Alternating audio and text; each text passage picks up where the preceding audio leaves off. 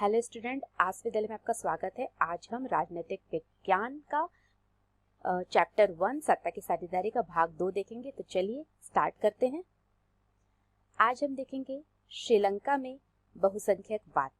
जैसा कि आपने पिछले लेक्चर में देखा था कि हमने दो पावर शेयरिंग को समझा था और हमने दो कंट्री को लिया था।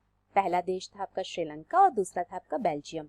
तो इन दोनों के ही हमने वहाँ की सामाजिक स्थिति को समझा था। और आज हम देखेंगे कि श्रीलंका में बहुसंख्यकवाद। आपने जो कि पिछले लेक्चर में पढ़ा है, इसलिए आपको बहुत अच्छे से पता होगा कि श्रीलंका में बहुसंख्यकवाद कौन थे। वो थे आपके सिंहली संप्रदाय के लोग। सबसे पहले हमें ये समझना बहुत आवश्यक है कि बहुसंख्यकवाद से हम क्या समझते हैं। देखिए, ऐसी मान्यता होती है कि जो बहुसंख्यक समुदाय के लोग होते हैं वह देश में अपनी मनमाने ढंग से जो है वह शासन कर सकते हैं, और जो अल्पसंख्यक समुदाय के लोग हैं उनके हितों की अवहेलना कर सकते हैं। श्रीलंका में भी हमें यही स्थिति देखने को मिली थी, क्योंकि हमने पहले ही देखा है कि श्रीलंका में 74% जो वहाँ की पॉपुलेशन है वो सिंहली संप्रदाय की थी, और बाकी की जो पॉपुलेशन थी वो हम देखते हैं कि उसमें जो है वो तमिल्स थे, जो कि श्रीलंका मूल के भी तमिल थे, और उसमें भारतीय तमिल भी थे, और उसके अलावा जो है 7% जो है वो ईसाइयों का भी वहाँ पे अल्पसंख्यक में जो होता है उनकी भी गणना की जाती है। सबसे पहले देखिए, श्रीलंका के बारे में जानने से पहले जो है हमें थोड़ी सी श्रीलंका की हिस्ट्री को जानना बहुत ज़रूरी है। श्रीलंका, जिस तरीके से हम जानते हैं कि हमारा देश भारत जो है वो ब्रिटेन का उपनिवेश रहा था, उसी तरीके से श्रीलंका भी ब्रिटेन का एक उपनिवेश था। और श्रीलंका को जो है 1948 में, देखिए यहाँ पे जो 1948 में जाके जो है श्रीलंका को स्वतंत्र राष्ट्र जो है वो बन रहा है। लेकिन मैं आपको एक बहुत इम्पॉर्टेंट बात यहाँ बताना चाहूँगी कि 1948 में श्रीलंका स्वतंत्रता उसे मिली थी, लेकिन वह पूर्ण रूप से स्वतंत्र नहीं हुआ था। वो अभी भी जो है वो डोमिनियन स्टेट था, और गणतंत्र की स्थापना जो है 1972 में श्रीलंका में जाके हुई थी। और 1948 तक श्रीलंका का नाम जो है वो श्रीलंका नहीं था, बल्कि इसका नाम जो है वो, इसको सिलोन कहा जाता है। इसको सिलोन के नाम से जाना जाता था। लेकिन कब इसका नाम जो है श्रीलंका हो रहा है? 1972। तो 1972 में जो है ये पूरी तरीके से यहाँ पे गणतंत्र की स्थापना होती है, और इसका नाम भी जो होता है, जो सिलोन का नाम है वो श्रीलंका हुआ था। लेकिन ये था कि ये ब्रिटिश उपनिवेश से स्वतंत्र हो चुका था। उसके बाद हम यहाँ पे देखते हैं कि यहाँ पे क्या कंडीशन थी। देखिए, सिंहली समुदाय के जो लोग थे, तो जो सिंहली संप्रदाय के लोग थे उनका बहुमत था, उनकी बहुसंख्या थी, या पहले ही देख चुके हैं। अब क्या हुआ कि जो गवर्नमेंट बनेगी वहां पे, वो किसकी बनेगी? वो ऑब्वियसली है कि वो सिंहली संप्रदाय के लोग की ही बनेगी, क्योंकि उनका ही बहुमत है। तो इसलिए सिंहली समुदाय के जो नेताओं ने अपनी संख्या के बल पर शासन और अपना प्रभुत्व जमाना चाहा था। इसी वजह से लोकतांत्रिक रूप से निर्वाचित सरकार ने सिंहली संप्रदाय की प्रभुता कायम करने के लिए अपनी बहुसंख्यक परस्ती के तहत कई कदम उठाए। देखिए, क्या हुआ था कि जब एक सिंहली संप्रदाय जो कि बहुसंख्यक है, जब वो शासन में आते हैं, जब उनकी जो होता है वो पार्टियां बनती है, जब उनके लोग जो होता है वो चुन के यहाँ पर डायरेक्टली आ रहे हैं, जब गवर्नमेंट चला रहे हैं, तो वो अपने ही संप्रदाय के जो लोग हैं, जो अपने ही समुदाय के लोग हैं, उन्हें ही लाभ पहुंचाने की कोशिश करेंगे। तो इसीलिए जो होते हैं उनकी बहुसंख्यक परस्ती किसके प्रति होगी? वो सिंहली संप्रदाय के प्रति होगी। 1956 में जाके देखिए, श्रीलंका में जो है 1956 में जाके जो है वो एक कानून बन रहा है, और इस कानून में जो होता है एक कानून बनाया गया था जिसके तहत कुछ प्रावधान किए गए थे। तो मैं आपको उसको अच्छे से समझाती हूँ। जिसके तहत जो है, देखिए, जो तमिलियन थे ना, उनको बिल्कुल एक साइड कर दिया गया था। ठीक है, तमिल भाषा को भी महत्व नहीं दिया गया था, और उसके स्थान पे क्या किया गया था, जो सिंहली भाषा है ना, उसको राजभाषा बना दिया गया था। मतलब अब भाई वो जो श्रीलंका है, वहाँ के जो स्टेट है, वहाँ की स्टेट लैंग्वेज कौन सी होगी? वो जो होगी वो सिंहली होगी। ठीक है, अब क्या हुआ, देखिए, और भी इसमें कुछ कुछ जो होता है वो इम्पॉर्टेंट जो होता है, वो इसमें बहुत सारे इस कानून के तहत जो होता है बहुत सारे ऐसे नियम बनाए गए थे। तो हम इसको देखते हैं। फिर ये कहा गया था कि जो विश्वविद्यालय और सरकारी नौकरियों में सिंहलियों को प्राथमिकता देने की नीति भी चली थी। जो भी यूनिवर्सिटी होगी, मतलब एजुकेशन से रिलेटेड जो भी बेनिफिट्स होंगे वो किनको मिलेंगे, सिंहली को मिलेंगे। जो सरकारी नौकरी होगी, भाई गवर्नमेंट जॉब हर कोई चाहता है कि उनको गवर्नमेंट जॉब रहे, लेकिन वो भी गवर्नमेंट जॉब किनको मिल रही है, वो सिंहली को मिल रही है। मतलब सबसे ज्यादा जो प्रायोरिटी दी जा रही है, जो प्राथमिकता दी जा रही है, वो किनको दी जा रही है, सिंहली संप्रदाय को, क्योंकि वो बहुसंख्या में अधिक है, संख्या में अधिक है, इसलिए उनको दी जा रही है। नए संविधान में यह भी प्रावधान किया गया कि सरकार बौद्ध मत को संरक्षण और बढ़ावा देगी। देखिए सरकार जो है ये बौद्ध मत को जो है संरक्षण देगी। तो ये बौद्ध मत जो होता है वो कौन इसको मान रहा है, जो सिंहली संप्रदाय के लोग हैं वो किस मत को, किस धर्म को मानते हैं, वो बौद्ध धर्म को मानते हैं। तो इस तरीके से धार्मिक आधार पर भी जो है किसका आधिपत्य होगा, सिंहली संप्रदाय के लोगों का ही आधिपत्य होगा। अब एक एक करके आए इन सरकारी फैसलों ने श्रीलंकाई तमिलों की नाराजगी और शासन को लेकर उनमें बेगानापन बढ़ाया।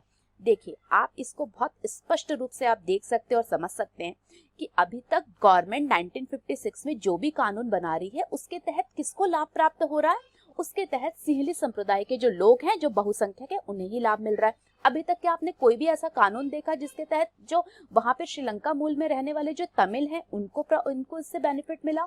नहीं। तो इससे क्या होगा, देखिए जब एक ही देश में सरकार जो होता है अगर भेदभाव की नीति अपनाएगी तो उससे एक पक्ष तो संतुष्ट हो रहा है, लेकिन दूसरा पक्ष जो होता है वो अपने आप को बेगाना महसूस कर रहा है, उसे लग ही नहीं रहा है कि यह देश मेरा भी है। तो इस तरीके की जो होता है फीलिंग्स किस में आ गई थी, श्रीलंकाई तमिलों में आ गई थी। उन्हें लगा कि बौद्ध धर्मावलंबी सिंहलियों के नेतृत्व वाली सारी राजनीतिक पार्टियां और उनकी भाषा और संस्कृति को लेकर असंवेदनशील है। देखिए अब क्या हुआ कि उनके मन में शुरू में तो जैसे जैसे ये कानून बने तो अब उनको जो होता है ये भावना उनके ये और पुष्ट होने लगी कि शायद जो है अब वहाँ के जो सरकार है, वहाँ की जो राजनीतिक पार्टियां है वो तमिलियंस की भाषा और संस्कृति को लेकर अब उनमें बिल्कुल भी संवेदना नहीं बची है, वो बिल्कुल असंवेदनशील हो गए हैं। तमिलियंस को अब ये लगने लगा, जो तमिल जो लोग थे उन्हें लगने लगा कि संविधान और सरकार की नीतियां उन्हें समान राजनीतिक अधिकारों से वंचित कर रही है। अब उन्हें धीरे धीरे ये पूर्ण रूप से विश्वास होने लगा कि शायद सरकार जो गवर्नमेंट है और जो राजनीतिक जो पॉलिटिकल पार्टियां हैं वो कभी भी उन्हें समान राजनीतिक अधिकार नहीं देगी। वो हमेशा ही सिंहलियों को जो होता है उनकी जो प्रभुसत्ता है हमेशा वही रहेगी, उन्हें कभी भी वो समान राजनीतिक अधिकार नहीं मिल सकेंगे। नौकरी और फायदे के अन्य कामों में उनके साथ भेदभाव हो रहा है और यह उनके हितों की अनदेखी की जा रही है। तो अब उन्हें यह स्पष्ट रूप से समझ आ गया था कि देखिए जो नौकरियां हैं, जो बहुत सारे ऐसे जो प्रॉफिट्स के जो भी काम हैं उनमें उनके साथ भेदभाव हो रहा था। मतलब कि पूरी तरीके से ये कोशिश की गई थी कि सिंहली संप्रदाय के जो लोग हैं वही जो है वो आगे से आगे बढ़े, उन्हीं का जो है वो विकास हो, बल्कि लेकिन जो तमिल हैं वो उनका जो होता है विकास की ओर सरकार ने या उनकी राजनीतिक पार्टियों ने किसी प्रकार का कोई ध्यान नहीं दिया था। अब इसका परिणाम यह हुआ कि तमिल और सिंहली संप्रदाय के संबंध बिगड़ते चले गए। अब इसका परिणाम यह हुआ कि तमिल और सिंहली संप्रदाय के संबंध बिगड़ते चले गए, क्योंकि देखिए स्पष्ट है कि एक पक्ष जो होता है उसे सारा लाभ मिल रहा है, जो दूसरा पक्ष है उसे लाभ नहीं मिल रहा है। तो अगर ऐसी स्थिति होगी तो इसके परिणाम स्वरूप क्या होगा, दोनों के बीच में टकराव होगा, मनमुटाव होगा। तो उनके संबंध जो होता है वो अच्छे तो रह ही नहीं सकते, इसलिए उनके संबंध अब बिगड़ना प्रारंभ हो गए थे। अब क्या किया, देखिए श्रीलंकाई तमिलों ने पहले तो सरकार की ओर आस करके देखा कि शायद वो जो है वो कुछ करेंगी, जो राजनीतिक पार्टियां बनी है शायद वो उनकी ओर भी ध्यान देंगी। लेकिन जब उनको ये विश्वास होने लगा कि नहीं, अब हम जो है सिर्फ इनके भरोसे नहीं रह सकते हैं, अब हमें स्वयं कुछ करना होगा, तो उन्होंने क्या किया कि आंदोलन की बागडोर जो है वो अपने हाथों में ली। श्रीलंकाई तमिलों ने अपनी राजनीतिक पार्टियां बनाई और तमिल को राजभाषा बनाने, क्षेत्रीय स्वायत्तता हासिल करने तथा शिक्षा और रोजगार में समान अवसरों की मांग को लेकर संघर्ष किया। क्योंकि अब वो समझ गए थे कि अब जो है हम उनकी ओर नहीं देख सकते, अभी जो भी कुछ करना है, अगर हमें अपने फायदे के लिए फायदा पहुंचाना है अपने समुदाय के लोगों को, तो अब हमें ही कुछ करना होगा। तो अब क्या हो कि बहुत सारी ऐसे पॉलिटिकल जो पार्टियां हैं वो फॉर्म्ड होने लगी। उन्होंने पार्टियां जो है बनाना मतलब ऐसे प्रारंभ किया। और इसमें क्या किया गया कि उन्होंने कुछ मांग रखी कि भाई अगर तमिल को भी राजभाषा बनाए, तमिल को राजभाषा बनाए। उन्होंने डिमांड करी थी क्षेत्रीय स्वायत्तता की, कि हमें जो होता है वो स्वतंत्रता मिले, हमें भी जो होता है क्षेत्रीय स्वायत्तता मिले, और शिक्षा में रोजगार में हमें भी जो है वह समान अधिकार आप दे। लेकिन सरकार ने क्या किया, तमिलों की आबादी वाले इलाकों की जो स्वायत्तता की उनकी मांग थी उसको उन्होंने लगातार नकारा गया। मतलब कि सरकार ने उनकी जो बोल रहे थे, क्योंकि आप जानते हैं कि देखिए उत्तर और पूर्वी क्षेत्र जो थे वहाँ पे तमिल्स बहुत थे, तो उन्होंने ये कहा था कि हमें जो होता है वहाँ पे स्वायत्तता दे दी जाए, क्षेत्रीय जहाँ पे हमारी बहुसंख्यक है हम वहाँ पे जो है हमें स्वायत्तता प्रदान कर दी जाए। लेकिन सरकार ने उनकी मांग को वहाँ पे नकार दिया। अब देखिए 1980 तक आते आते क्या हुआ, उत्तर पूर्वी श्रीलंका में स्वतंत्र तमिल इलम बनाने की मांग को लेकर अनेक राजनीतिक संगठन बने। देखिए अब सबसे महत्वपूर्ण जो है वो ये समय आ रहा है 1980 के बाद क्या हुआ, ये जो आप एक यहाँ वर्ड देख रहे हैं तमिल इलम, ये आप देखिए तमिल इलम जो है ये एक तमिल इलम मतलब कि स्टेट उन्होंने, और ये किसने फॉर्म किया था, देखिए आप बहुत ही चर्चित नाम है जो मैं आपको बताती हूँ, वो है LTTE, LTTE, liberation tiger of Tamil इलम। तो तमिल इलम इन्होंने एक स्टेट का नाम दिया था। अब एक पार्टी फॉर्म हुई थी जिसका नाम था लिबरेशन टाइगर ऑफ तमिल इलम। ये जो लिट्टे हैं इन्होंने श्रीलंका की राजनीति में बहुत ही महत्वपूर्ण रोल प्ले किया है, बहुत महत्वपूर्ण योगदान जो होता है उन्होंने श्रीलंका की राजनीति में दिया है। तो ये क्या थी, ये तमिलों का एक गुट था, उनकी एक राजनीतिक पार्टी थी जो उन्होंने बनाई थी और इसका नेता था वी प्रभाकरण। तो उन्होंने क्या किया, उन्होंने कहा कि भाई जो है उत्तर और पूर्वी में चूंकि हमारा सबसे ज्यादा जो तमिल क्षेत्र है तो वहां पे जो है अभी हमें अलग से एक स्टेट की उन्होंने मतलब इंडिपेंडेंट स्टेट की बात उन्होंने की और इस स्टेट का नाम क्या रखा, तमिल इलम। तो जो ये लिट्टे है ना इसे जो है हम तमिलियन टाइगर्स के नाम से भी जो है वो जानते हैं। देखिए लिट्टे के बनने से पहले तक जो है जो तमिल्स लोग थे वो गवर्नमेंट के साथ जो होता है उनका टकराव था, लेकिन वो अपनी एक इंडिपेंडेंट स्टेट की बात नहीं कर रहे थे। वो ये कह रहे थे कि हमें जो है आप साथ लेकर चले, गवर्नमेंट जो होता है उनके गवर्नमेंट के साथ लेकर चले और हमारे भी जो होता है जो हमें भी कुछ पोजीशन दे, हमारे राइट्स भी जो होता है हमारे भी जो कुछ अधिकारों का ख्याल रखे। लेकिन लिट्टे के बनने के बाद उन्होंने एक जो बहुत ही महत्वपूर्ण चेंज आया था श्रीलंका की राजनीति में, वो क्या था कि उन्होंने अब कहा कि हमें इंडिपेंडेंट स्टेट चाहिए, हमें स्वतंत्र राष्ट्र बना दो, हमारे जो क्षेत्रीय स्वायत्तता की जो उन्होंने बात की थी वो हमें स्वतंत्रता दे दो और हम एक अलग से स्टेट बनाएंगे श्रीलंका में जो कि जिसका नाम हम रखेंगे तमिल इलम।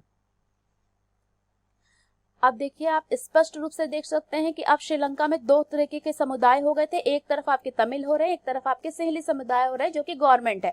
तो गवर्नमेंट और दूसरी तरफ है आपके श्रीलंका के जो तमिल थे, इन दोनों के बीच जो होता है पारस्परिक अविश्वास ने बड़े टकराव का रूप ले लिया था। और यह टकराव क्या था, यह टकराव था गृह युद्ध। देखिए अब जो होता है हम देखते हैं कि बहुत ही भीषण जो होता है इसके परिणाम हुए थे और वो होता है गृह युद्ध। गृह युद्ध जब अपने ही देश में अपने ही लोग जब युद्ध करते हैं आपस में तो उसे हम गृह युद्ध कहते हैं। और देखिए युद्ध अगर देखें तो युद्ध किसी भी राष्ट्र के लिए जो होता है वो बहुत ही अधिक विनाशकारी होते हैं। तो युद्ध के परिणाम स्वरूप जो होता है क्या हुआ, युद्ध के परिणाम स्वरूप दोनों पक्ष के हजारों लोग जो है वह मारे जा चुके थे। अपने परिवार अपने मुल्क से भागकर लोग शरणार्थी बन गए थे।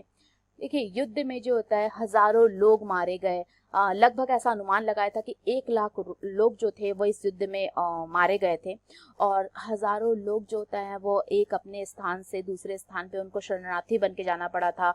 लोगों की रोजी, बहुत से परिवार जो है वो अपने देश को उनको छोड़ना पड़ा था, वे शरणार्थी बन के जो होता है दूसरे देश में चले गए थे, वहां पे उन्होंने शरण ली थी। तो इस तरीके से जो तो लोगों की रोजी रोटी जो है वो छिन गई थी।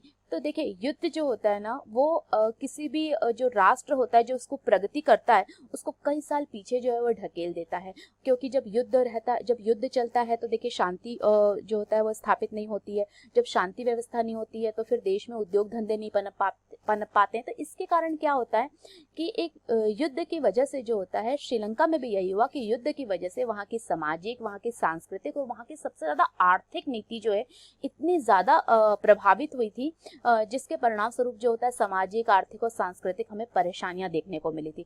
तो ये बहुत लंबे समय तक जो है गृह युद्ध चला और इसके बाद मैं आपको बताती हूँ कि 2009 में जाके 2009 में जाके जो होता है यह गृह युद्ध की समाप्ति होती है।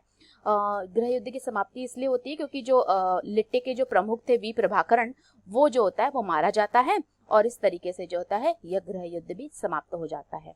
हाँ, इसके बाद यद्यपि श्रीलंका गवर्नमेंट ने अपने कॉन्स्टिट्यूशन में कुछ अमेंडमेंट लाए थे, कुछ संशोधन लाए थे और उसके तहत जो होता है इन्होंने कुछ तमिल्स की मांग को भी उन्होंने सोचा कि इन्हें भी शायद हमें साथ लेकर ही चलना होगा, क्योंकि वो बहुत समय लंबे समय तक जो होता है अपने देश में इस तरीके के युद्ध और ये आर्थिक विपन्नता की स्थिति को वो देख चुके थे। तो और जो तमिल्स लोग थे उन्होंने भी जो है जो इंडिपेंडेंट स्टेट की बात जो है तो उसको उन्होंने छोड़ दिया था। तो इस तरीके से आप देखिए कि एक बहुत ही लंबे समय तक यह युद्ध चला और 2009 में जाके ये युद्ध जो होता है वो खत्म होता है। तो आपने देखा, आपने पूरे श्रीलंका की राजनीति को यहाँ पर देखा और आपने ये समझा कि देखिए किस तरीके से जो है वो पावर शेयरिंग किस तरीके से हुई, मतलब अच्छी हुई या आप खुद ही आप देखिए, आप खुद इसका विश्लेषण करिए कि पावर शेयरिंग अच्छी तरीके से नहीं हुई तो देखिए इसका क्या परिणाम हमें देखने को मिला। So what did we learn today, आज आपने क्या पढ़ा, क्या सीखा? सबसे पहले हमने श्रीलंका को देखा, वहाँ की सामाजिक स्थिति को देखा, वहाँ की राजनीतिक स्थिति को देखा, वहाँ की सांस्कृतिक और वहाँ की आर्थिक अर्थव्यवस्था को हमने समझा। किस तरीके से हमने देखा कि बहुसंख्यकवाद जो होता है वो क्या होता है और बहुसंख्यक समुदाय ने किस तरीके से जो है अल्पसंख्यक पर जो होता है, जो अल्पसंख्यक समुदाय थे उन पर अपना जो होता है वो इच्छाओं को और उनकी महत्वाकांक्षाओं को जो होता है वो थोपने की कोशिश की। और जो कानून बनाए गए वो किस तरीके से जो होता है वह एक पक्ष के लिए बने और दूसरा पक्ष जो होता है उन्हें अपने ही देश में किस प्रकार से जो होता है वह अकेलापन का एहसास होने लगा। और फिर किस तरीके से जो होता है उन्होंने इस स्थिति से निपटा और उन्होंने अपनी राजनीतिक पार्टियां बनाई। और उसके बाद हमने देखा कि किस तरीके से जो होता है वह आपस में टकराव हुआ दोनों संप्रदाय के बीच में जो होता है, जो दोनों समुदायों के बीच में, और उसका जो है परिणाम हमें गृह युद्ध के रूप में देखने को मिला।